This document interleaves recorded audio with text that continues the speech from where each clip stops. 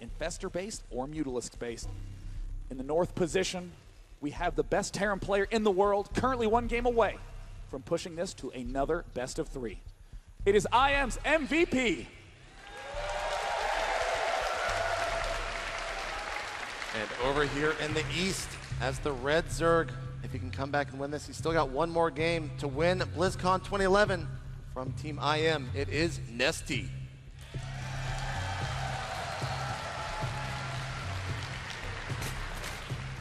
And while this match is getting started, I'd like to give an extra special shout out to the other casting duo who brought you the action here at BlizzCon, to Tasteosis, ladies and gentlemen, for all their charm and wit and dashing good looks. Thank you. All right, so is nestea going to be going for that hatch first, Sean? Actually, does he have the larva? Nope. Yep. Looks like we are going to see hatch first coming out of nestea. Not really a big surprise, though. But a very interesting decision on the Overlord scout patterns from nestea. He's sending his second Overlord to the closest position as opposed to the first. At this point in time, MVP is going to assume my opponent must not be at the right spot because that Overlord has not arrived yet. This guarantees nestea the opportunity to plant down hatchery number 1.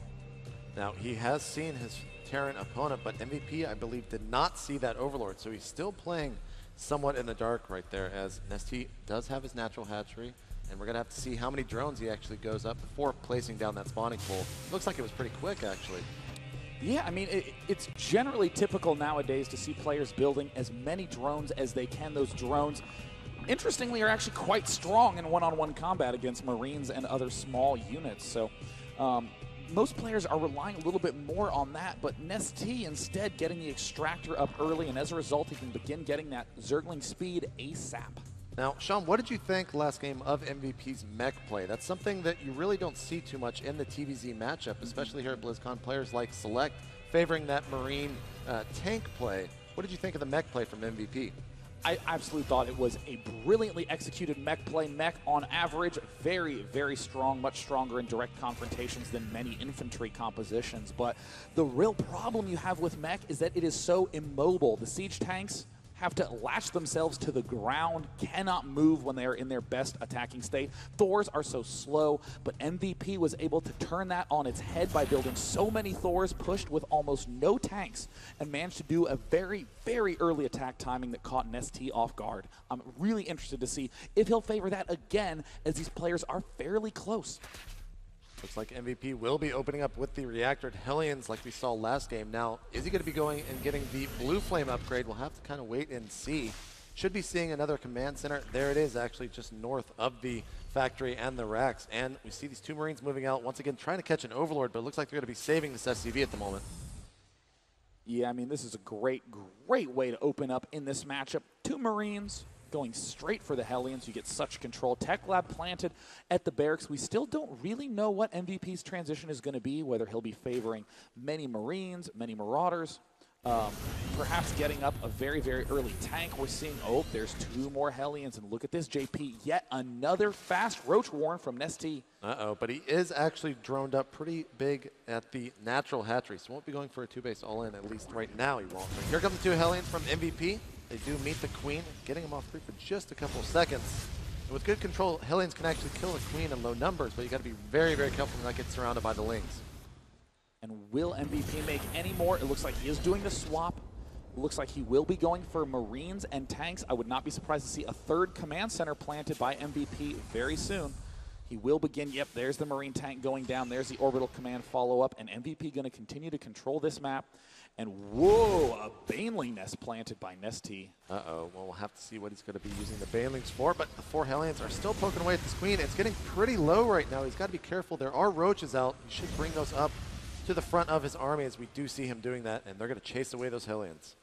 2 more barracks planting for ImMVP. He'll be getting tech labs on those and begin getting all those essential upgrades. 2nd orbital command is done, but MVP is not ready to move out quite yet. It looks like nestea might be trying to go for an early attack timing. Look at that, 22 Zerglings in production. nestea has a fast win on his mind.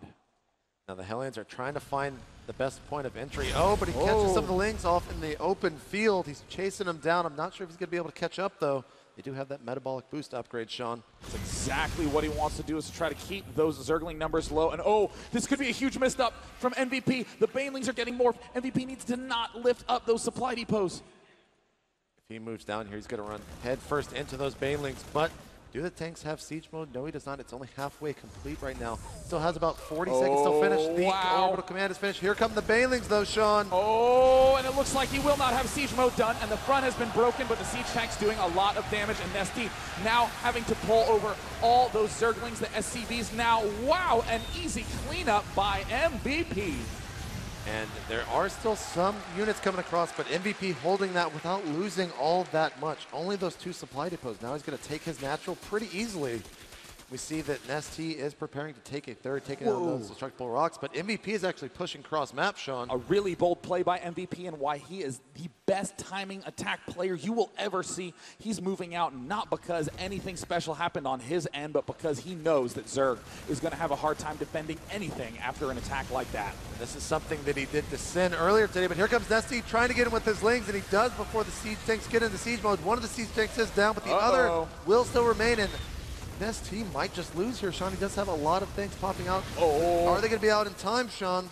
A completely different MVP attended this finals. He is ready to bring it to set number 2. Just needs to continue to press on forward. But nestea has such incredible precise defense. It still may be enough on nestea's end.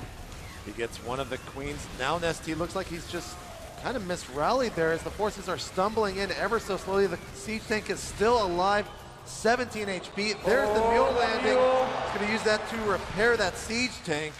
If he can keep this up, Sean. JP, I think we might get the chance to see these 2 players play in another best of 3. The siege tank continuing to advance forward. The third has not even been started by nestea. Back home in MVP's base, Marines tanks continuing to be rallied. The third expansion hardly. Here come the drones, Sean. This is it. Can nestea take out MVP's forces, pulling back the drones? He does not have enough roaches. I think we may be going to the next set. And it looks like repairing that one as best as he can. The drones coming into the siege tank. The Marines continuing to micro backwards. More roaches, can he keep the siege tank alive? GG, we're going to another set, Sean. MVP pulling it back with a 2-0 dominating performance, answering nestea's crushing 2-0 in the winner's bracket final with a 2-0 of his own. Wow. I am kind of speechless right now. I'm not even sure if they have to go and choose new maps or how this actual process is going to work, Sean. I'm just so happy.